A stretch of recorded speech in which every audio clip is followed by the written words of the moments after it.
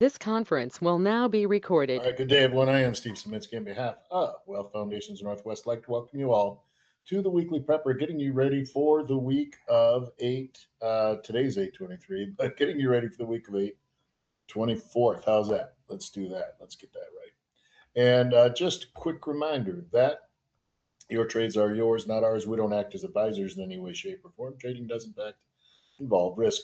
So we're going to be doing a normal schedule as far as the eye can see. Feel free to reach out to us if you have any questions, comments, ideas, trade ideas, you want to join one-on-one coaching or anything like that, let us know.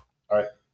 So last week's news, the markets, were down for the week, despite a big pop on Friday. A big, the Dow was up over 500 points on Friday. So despite that rally, the markets were down for the week. The RSP has been outperforming, and the tech AI trade is still lagging. Treasury Secretary doubled their bond purchases, the government's bond purchases. It's designed to if you're wondering why they do that, it's some form of QE, I guess. But they're trying to keep bond rates from going higher. And so when the Treasury creates more market for, buys up some of those bonds, then the bonds don't have to entice new buyers as much with high bond rates. So it's designed to help keep bond rates in check. So that's what Treasury is doing by buying more bonds or creating more market for bonds. So they get bought up so that the bond prices can come down so it doesn't compete with other markets and that sort of thing, and also trying to bring lending costs down. So precious metals, crypto, and oil all jumped in some of that rotation away from that tech AI trade and into other things. The Philly Fed manufacturing number came in big, so companies are investing here. There's no doubt. Companies are investing here to dodge tariffs, and it's happening. So love it, hate it, I don't know, whatever your disposition is, it is happening. So the performance on the SPY was, mediocre to down, and likewise for the Russell. But the Qs and were the biggest underperformer for the week. Look at gold and oil and Bitcoin. Bitcoin really taking off like a rocket ship. The strongest sectors were healthcare, materials, and energy, especially precious metals. Healthcare has been very strong. A lot of the pharma stocks really cranking away, like Moderna and cancer drugs and GLPs and all that stuff. It's really a strong sector right now. The weakest tech sectors have been tech, utilities, and industrials this past week.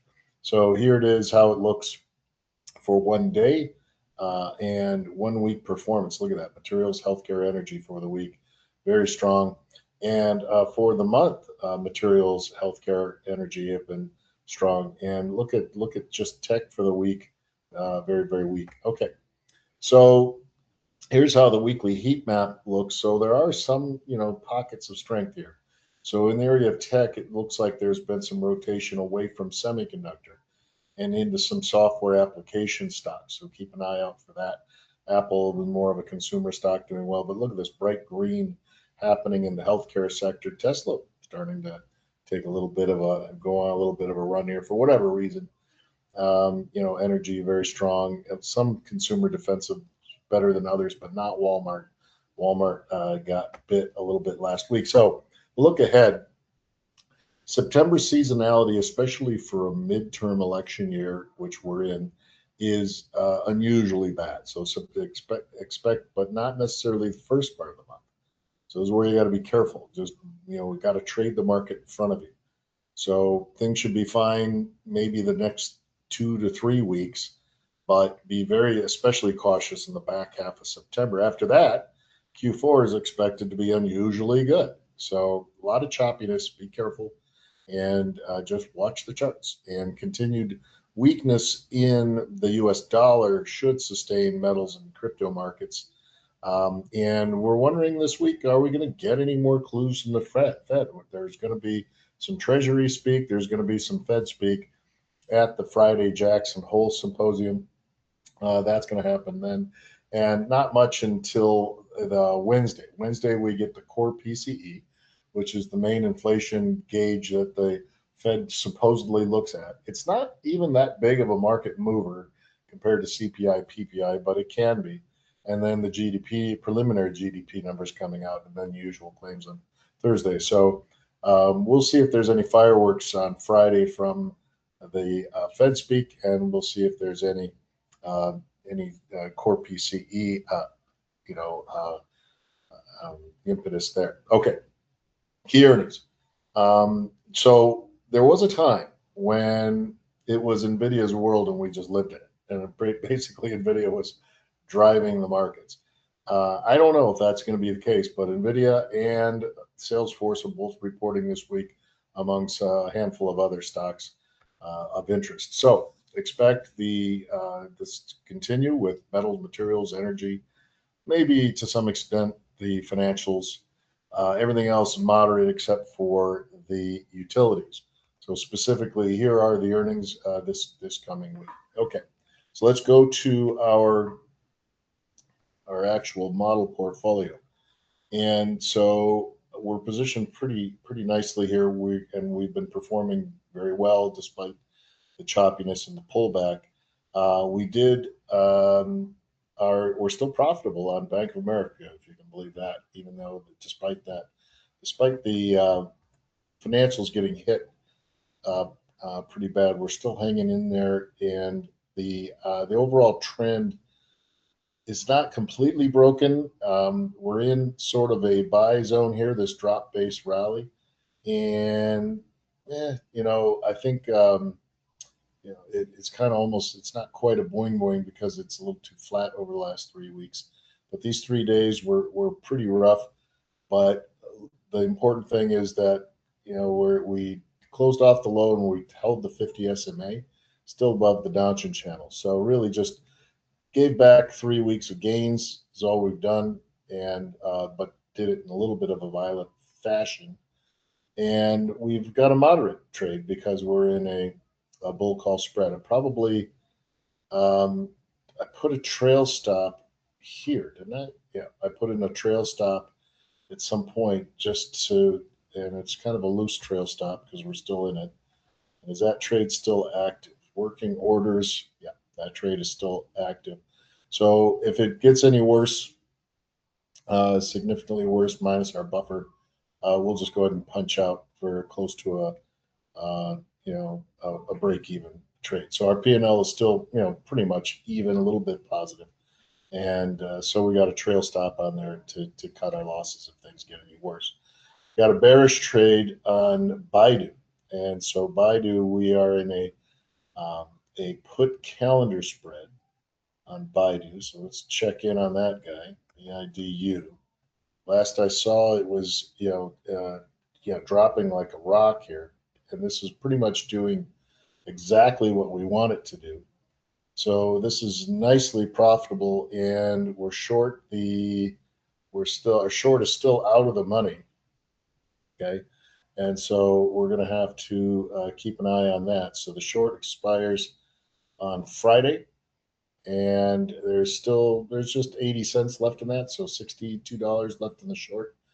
But the long looking very very good right now. So let's just go ahead and that's the right trade to be in right there, a put calendar spread. So that's working beautifully. We'll leave that alone. Boston Scientific. This is a bull call spread again, just kind of like, don't ask me to do too much bull call spread.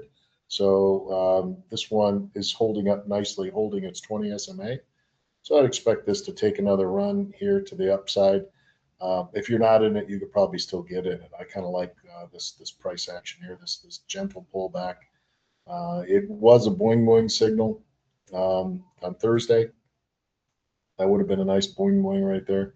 But I'm thinking that this is since it's entered this gap here, I'm expecting it to get up to here.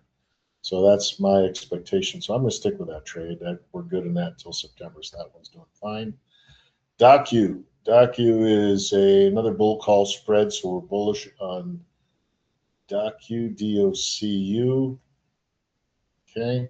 and that one's just grinding higher, holding up very nicely. If you weren't in it, you could get in it.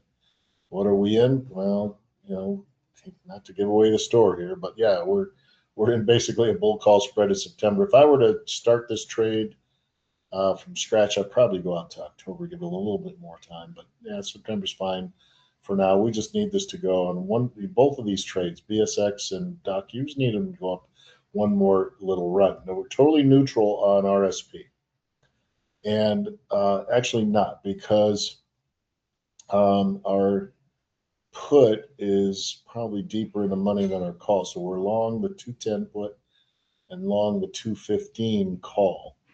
Okay, this has been nicely profitable. We've been selling shorts against this, and I see no reason not to continue doing what we've been doing. So I would sell the 225 call, and I would sell somewhere, I would sell, I guess, somewhere below 220. So I'm going to sell the 220. Where's my pen? Yeah, I don't need a pen. So sell the 220 put and sell the 225 call, and we'll continue our cash flow machine on that. That's just been working beautifully. So let's go ahead and do that. So 220 put and 225 call. So we'll incur a little bit of margin on that put side. That's fine. There's not much value left in that. We might want to take some money off the table by rolling that call higher, just so that we're not too bullish. I don't want to get out of balance with the bullishness. And so if we were to roll this up $5, that'd probably be a good play. That would help to neutralize our trade a little bit and also take some money off the table. So if I were to create a rolling order, so sometimes I'll do this, I'll roll the long, because it's the long that's gone deep in the money now. If I were to roll this from deep in the money, keep the expiry the same, so this trade won't be around much longer because it's only going to September. So this would make us a little less bullish, which might be appropriate in this little choppy little market here. So let's sell the 215 and rebuy up here at 225. Turn that into a calendar. We can take as much as $700 off the table by doing that. So that's independent of what we're going to do for the short sell. So let's just try to get as close to that as we can. Take some money off the table by rolling the long. Okay. In addition to that, I want to sell shorts. I'm going to sell them early and often. Maybe we'll just go out to Wednesday. Let's see, RSP. No, we got this only offers weekly. So let's go out to Friday. And I want to sell whether or not that long roll goes through or not. We're going to sell the 225 put. Yeah, that's why I didn't do it. It doesn't pay that much. Well, it's zero bid right now, 225. 222.50 feels a little tight. Out to Friday. Maybe I should take this out 2 weeks just to get a little more premium. Let's go out to the 4th, and that's zero bid also. These I gotta wait for the market to open before, because you get these zero bid trades and it's just wonky. I don't really want to do that. So let's see which way she bounces, and then and let the market kind of open up a little bit, and then we can start to sell it. See, on the put side, same thing, zero bid across the board. That's just because it's the weekend. So we'll wait till that opens up on the tomorrow, and then but the point is, and what you should know is, I'm looking to sell the 225 calls. I'm looking to sell 220 puts. So 225 calls sell, and 220 puts sell, and we'll continue our cash flow, and then get a rolling order on that long. All right. So that's the key point there. So let's just look at the general markets here. SPY. Okay. So this is interesting that on the SPY, we have a phenomenon known as as an inside day. An inside day is when the range of Friday's candle is completely inside the range of Thursday's candle. So watch carefully on Monday to see which way this breaks. Is it going to break below Thursday's low? And Thursday's low I'm seeing is 762. Is it going to break below Thursday's low or above Thursday's high of 768? So 762 to 768 is kind of the range of Thursday, roughly. Um, and I want you to watch carefully on Monday to see which way she breaks. Okay, and then based on that, we'll go ahead and try to sell some puts and calls against our RSP trade for Friday or a week from Friday. Okay, so that's the game plan on the SPY. But you can see you're still above the 20, still above the 50 SMA. It's still mostly a bull market. You are still above this initial breakout area. Okay, so not a lot of trend line. You know, I guess there is still some trend line support. I guess if you were to draw a trend line from here to here, you know, that sort of thing. But mostly, I think I'm interested in this breakout area, and I'm interested in these moving averages. And you got capitulation here, a capitulation candle and inside day on Friday. How about the Qs? Qs are not as close to their high and looking a little bit more neutral. Not also above the 50 SMA. Look how it bounced off of Thursday, went below the 50 SMA, bounced off the 20, came back above the 50. But look at that pinch. That pinch is happening. And so we'll be looking to see if the 20 crosses back above the 50, in which case it would be more bullish. So you've got a gap to fill up here and you got a gap to fill up there. So it's about as neutral as it gets at the moment. And so your job is to watch which way it breaks and go with the break. Go with the break. Not necessarily in the first 5 minutes of the trading day on Monday. Let the market warm up. But that's the basic idea. And the Russell also still a bull market. The Russell's looking fairly bullish compared to the Qs for sure. So the Q is definitely showing some relative weakness. And you had actually the start of a nice point going on Thursday on the Russell as well. Okay, so let's get back to our portfolio. Oh, the other thing I want to look at and show you now, I wanted to start a position in gold. Kind of wish I had here. However, my problem is that we've now closed this gap, right? Or really, really close to closing that gap. And that may resist a little bit, okay? So um, gold might take a breather here at some point. Any kind of a pullback. I think pullbacks are viable. Look for boing boing signals. Look for just try to get a slightly better price. Now it could be wrong. It might just breeze right through that resistance. But I think it bears watching for another couple of days to see. Same thing with silver. Silver has not broken this high right here yet. Starting to trend. I mean, it's got a just got a nice little bowl pattern. I think I'd like to build a position. I was looking at other potential possibilities such as GDX. So kind of like GDX here because GDX has broken those highs. That's why, another reason, another way to play a proxy for gold. But this also has a rally drop here, and this is good potential resistance right here as well. So no matter where I turn, anytime you catch something off the bottom, and same is true for Bitcoin, is when something comes off the bottom, there's going to be a series, not just one or two, but a series of overhead resistances that it has to clear. But of course, IBIT's not turning back. IBIT's going crazy and keeps running up hard. So, but wouldn't mind building a position, but I would look for buy it on pullbacks. I think pullbacks are viable on things like that, but try not to chase just yet. But you may, if it breaks, if it breaks some of those and one more resistance level, then you might want to get on board. You just might want to get on board. We don't want to have continue to have a balance. Let's see what else we have here. So we have RSP, and that's it for our portfolio. If you want to add something bearish to your portfolio, you could probably do worse than something like NRG. This looks like it's knocking on the door here. Usually when I see something like this, I'll play some kind of a calendar spread.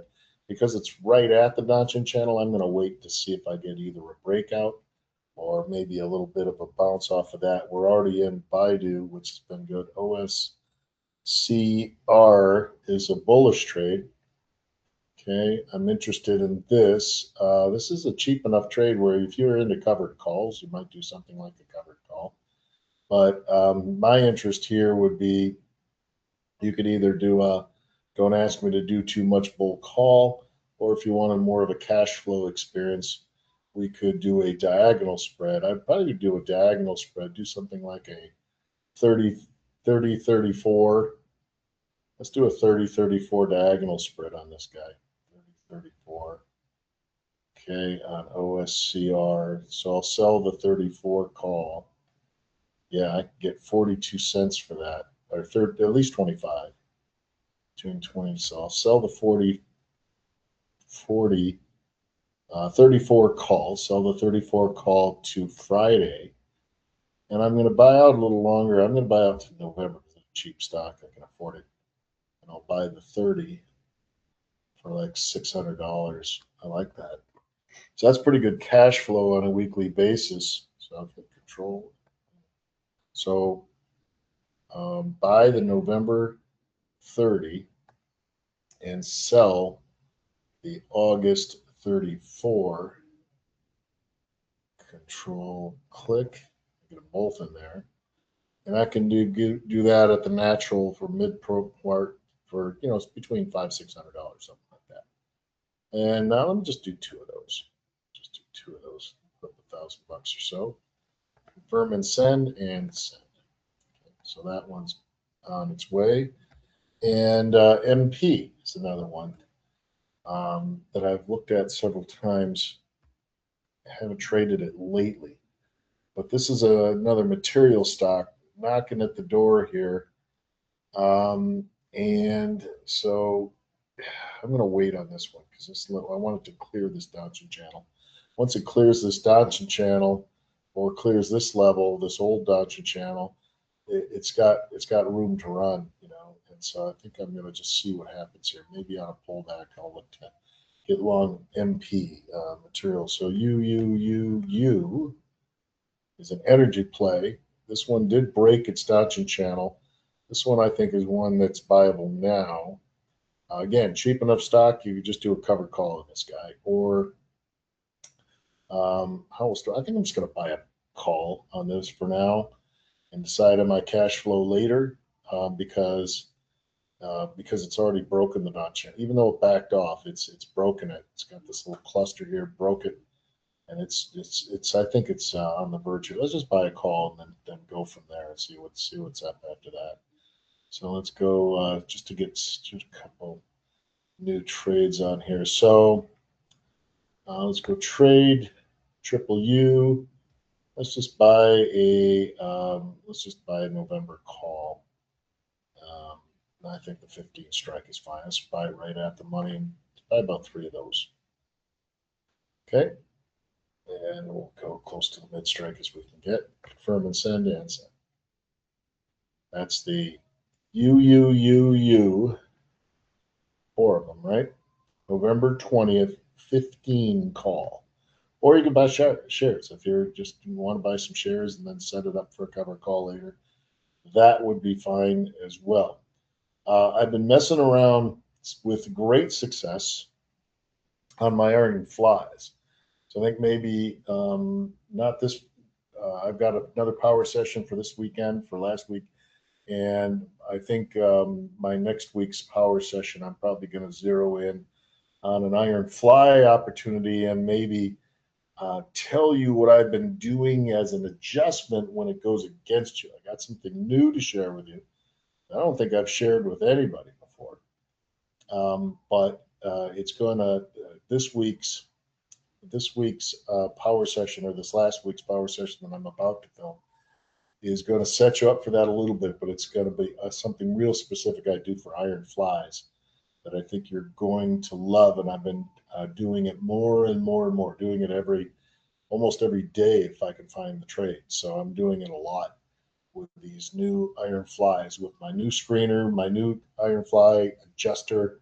And so we're going to be talking more about those. I think I'm really onto something. I'm very excited about it, excited to share with you. That's all I got for now on behalf of Wealth Foundations Northwest. Been my pleasure to have been your coach. Good luck, good trading, everyone. See you next time. Take care. Bye bye.